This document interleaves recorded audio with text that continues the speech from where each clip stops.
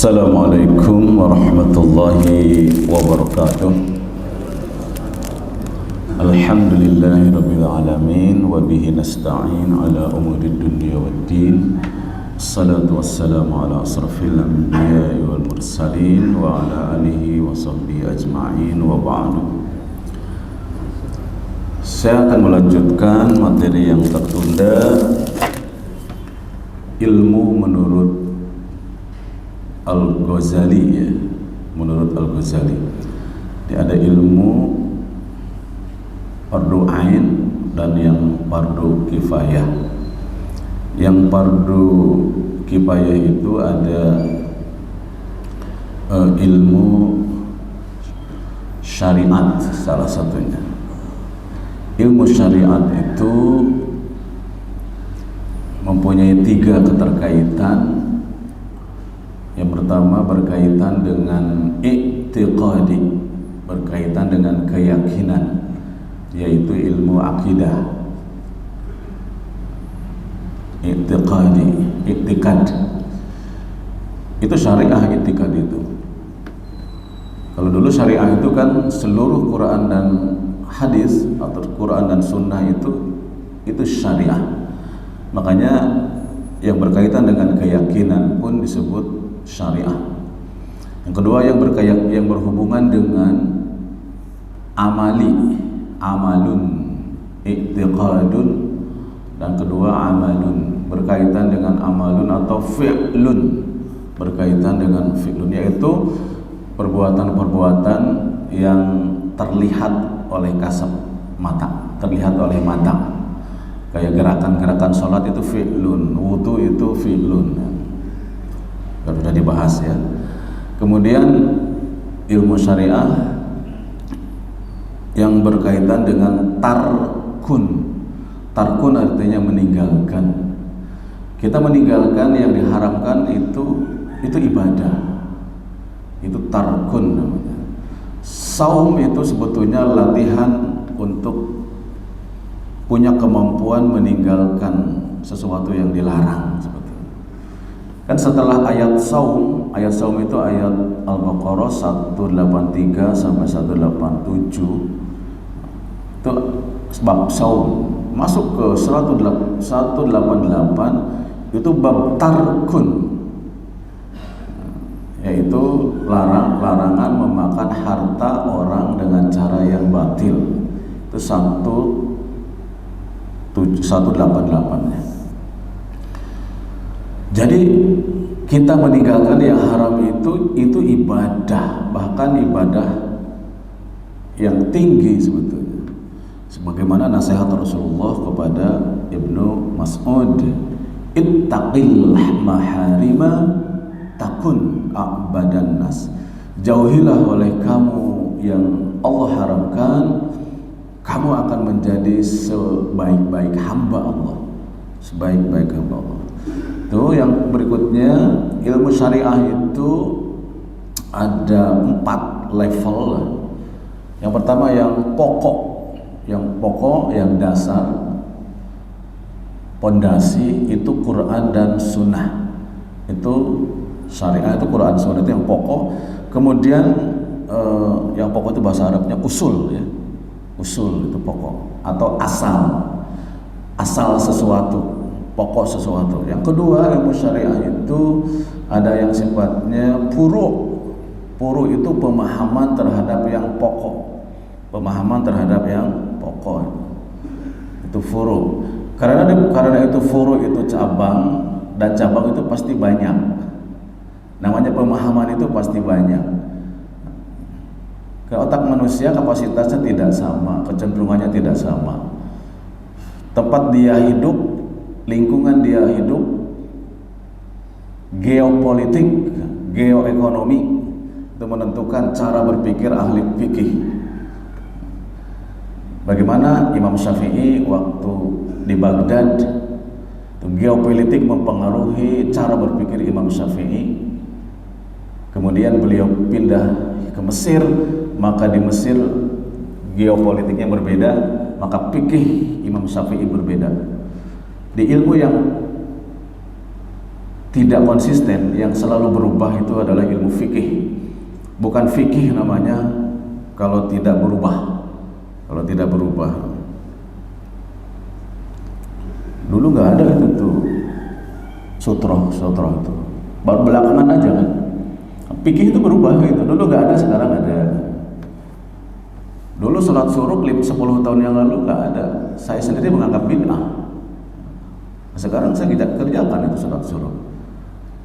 Berubahnya itu karena orang belum sampai ilmunya, belum yakin atau masih belum berproses.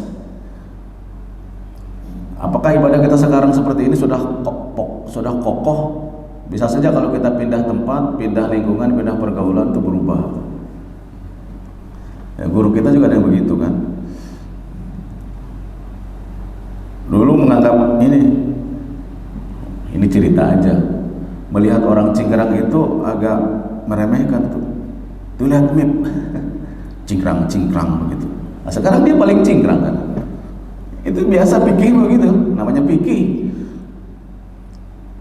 Nah, jadi harus membuka wawasan, memaklumi pemahaman orang yang berbeda itu. Karena kita sendiri, yang terjadi pada kita sendiri pasti mengalami perubahan. Cabang ya. Ketiga muqaddimah. Muqaddimah itu ilmu alat. Usul fikih itu muqaddimah. Nahwu sorof itu muqaddimah, ilmu bahasa itu. Itu sebagai muqaddimah. Balaghah, ilmu balaghah, ilmu sastra Arab itu muqaddimah, termasuk muqaddimah. Nah, sekarang terakhir ini mari kita bahas sedikit 10 menit. Yang menarik dari Al-Ghazali adalah menggolongkan ilmu fikih itu ilmu dunia. Ulama yang lain tidak, tentu saja. Dan ini membuat orang geger dan membuat Al-Ghazali dibully banyak orang. Bahkan bukunya di satu negeri itu, di Turki kalau nggak salah itu dibakar, di Spanyol itu dibakar. Karena Spanyol itu daerahnya rivalnya, yaitu siapa? Ibnu Rushd. Tapi ada keterangan menarik ini dari Al-Ghazali itu. Kenapa ilmu fikih disebut ilmu dunia? Wad-dinu taumani. Fad-dinu aslun was-sultanu harisun. Agama itu ada dua sisi, ada dua hal. Agama itu ada dua hal. Aslun was sultan. Ada yang asal, pokok, dan ada yang haris. Saya ulangi, fad-dinu aslun was sultanu harisun. Jadi agama mempunyai atau merupakan pondasi dan kekuasaan adalah penjaga. Fad-dinu aslun was sultanu harisun. Agama adalah yang pokok, yang utama, sedangkan kekuasaan adalah penjaga. Wa ma la aslalahu pamahdumun. Apapun yang tidak mempunyai pokok, yang tidak mempunyai akar, yang tidak mempunyai pondasi, apapun pasti hancur. Logis ya, semuanya sama seperti itu. Pohon kalau nggak ada akarnya runtuh lah. Masjid ini kalau nggak ada pondasinya runtuh. Jadi wa ma la asla lahu famahdumun. Sesuatu yang tidak punya akar itu, yang tidak punya pondasi itu pasti hancur. Wa ma la harisa lahu fadaiun.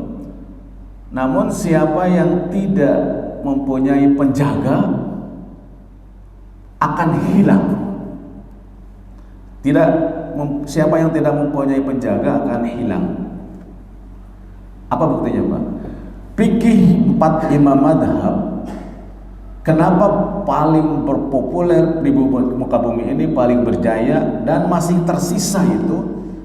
Karena pernah dijaga oleh penguasa, pernah menjadi madhab penguasa.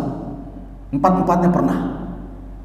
Sebetulnya madhab fikih bukan 4, minimal 13, bahkan puluhan madhab fikih itu. Tapi kenapa yang 4 ini terjaga, yang lain tidak? Karena yang 4 ini pernah dijadikan madhab tetap oleh satu negara, madhab khusus. Makanya NU akan abadi itu kalau dijaga dengan pemerintah. Muhammadiyah juga seperti itu, kalau ada penjaganya itu. Tapi kalau sudah menjadi lawan pemerintah, ya siap-siap aja.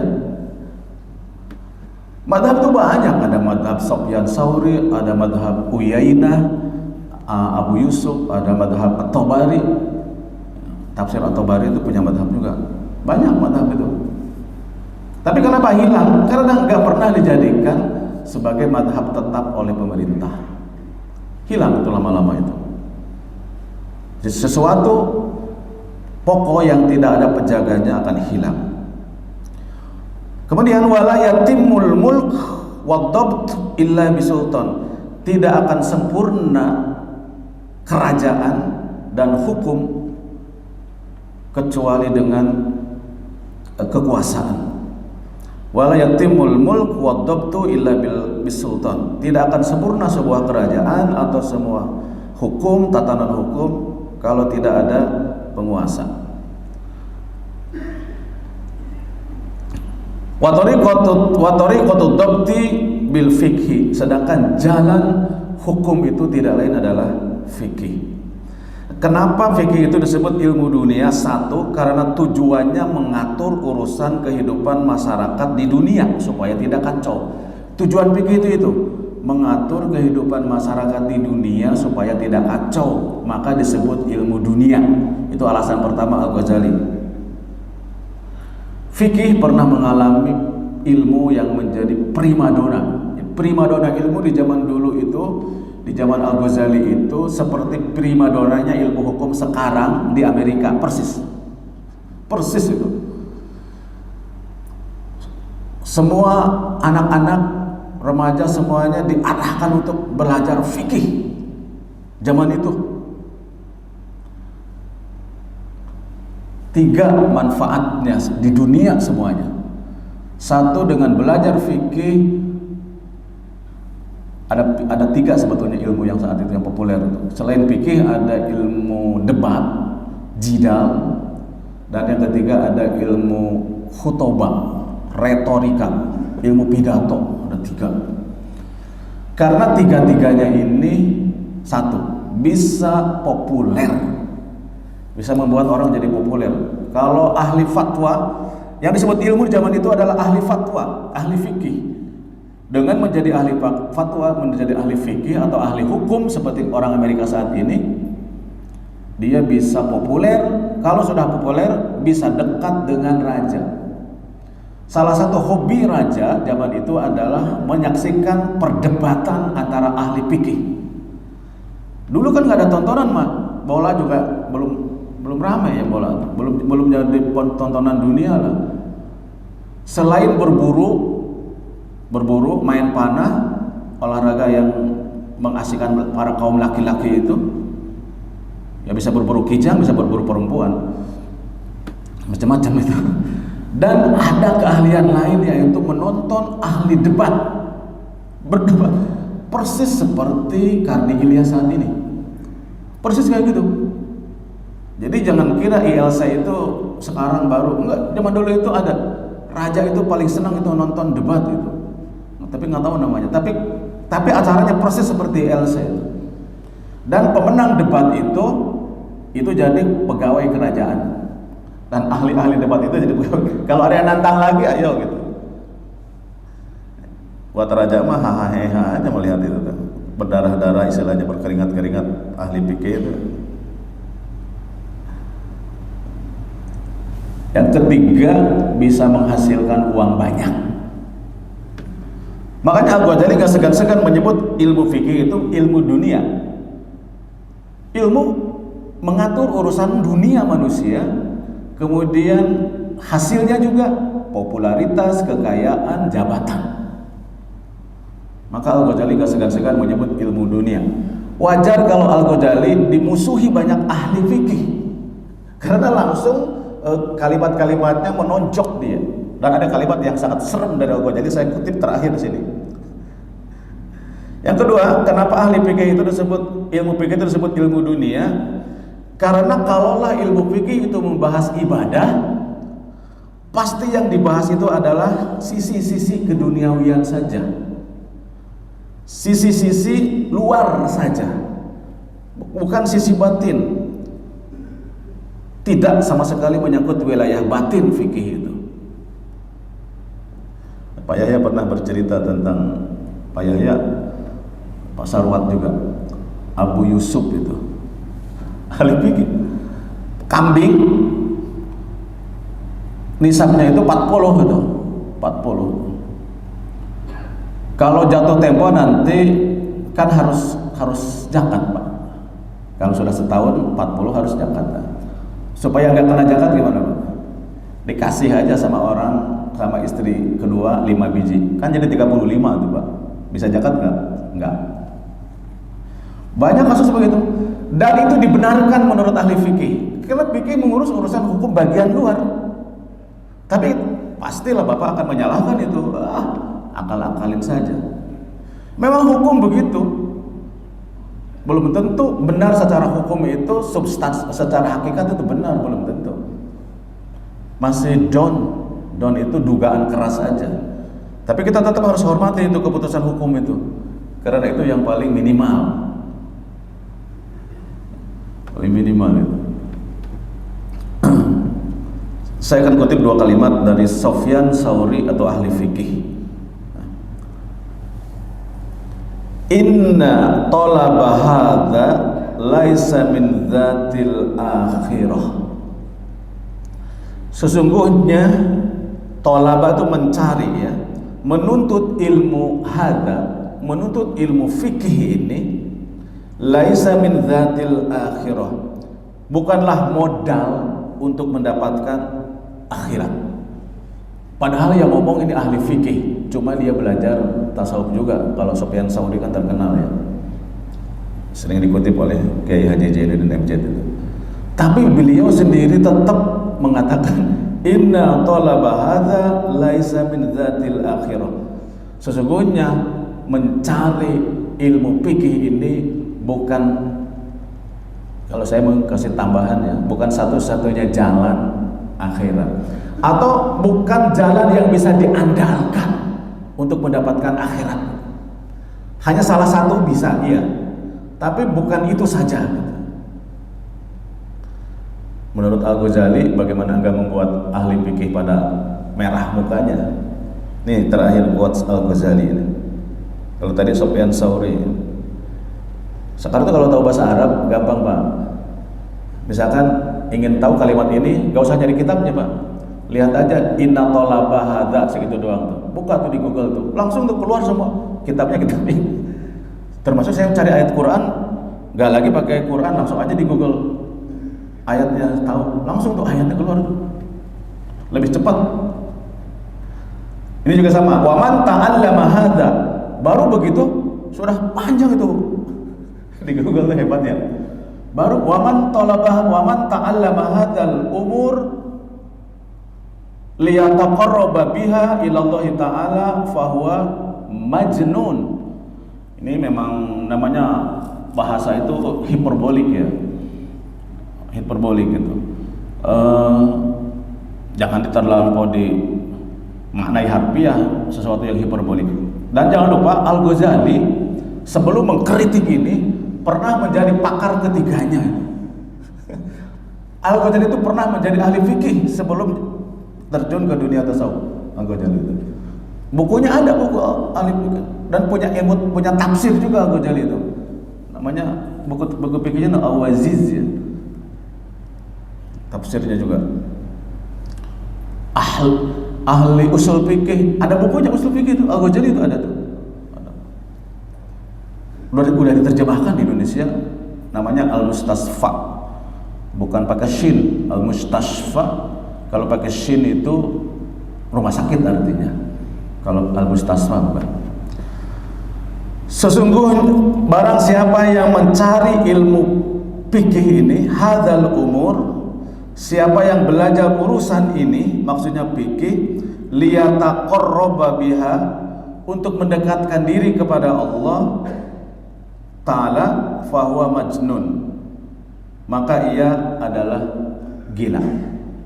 Ya gila dalam arti jangan dipahami gila otaknya nggak waras gitu, maksudnya nggak bener lah, itu namanya hiperbolik. Jadi ahli Ghazali memang sebelumnya pernah menjadi ahli debat di negerinya dan tidak terkalahkan. Al-Ghazali itu gurunya ahli debat juga itu. Gurunya itu ahli debat dan menulis buku khusus tentang debat. Gurunya Al-Ghazali. Al-Ghazali juga ahli debat. Itu Imam Haramain, guru Al-Ghazali yang utama itu ya. Imam Haramain yang menulis buku Al-Waraqat yang kita sudah hatam Al-Waraqat, hatam bacanya doang di sini ya. Usul fikih yang beberapa lembar aja itu Al-Waraqat. Itu Imam Al-Juwaini itu. Imam Haramain namanya Al-Juwaini, itu ahli debat, menulis buku tentang debat dan murid utamanya adalah Al-Ghazali. Kemudian Al-Ghazali pernah jadi ahli fikih dan Al-Ghazali pernah menjabat. Tiga-tiganya yang diomongin Al-Ghazali, yang dikritik Al-Ghazali, memang dia alami langsung semuanya. Dan dia sampai kepada sebuah titik dia tidak bisa ngajar, tidak keluar suaranya itu karena dia menyadari bahwa semua yang dilakukannya itu keliru itu. Menjadi ahli debat, menjadi ahli fatwa, dekat dengan raja itu, maka ulama yang paling mengkritik tentang yang menyebut ulama su, yang mempopulerkan dengan ulama su itu Al-Ghazali itu. Al-Ghazali menyebut ada dua ulama itu, ada ulama akhirat, ada ulama dunia. Ulama dunia itu ulama su, ciri-cirinya adalah yang paling banyak masuk ke istana. Itu terjemahkan sendiri apa artinya yang paling banyak masuk ke istana. Saya kira demikian, selesai ini bab ilmu. Saya selesaikan menurut Al-Ghazali, jadi selesai bab ilmu menurut Al-Ghazali. Demikian yang disampaikan. Subhanakallahumma bihamdi, asyhadu an la ilaha illa anta, astaghfiruka wa atubu ilaik. Wassalamualaikum warahmatullahi wabarakatuh.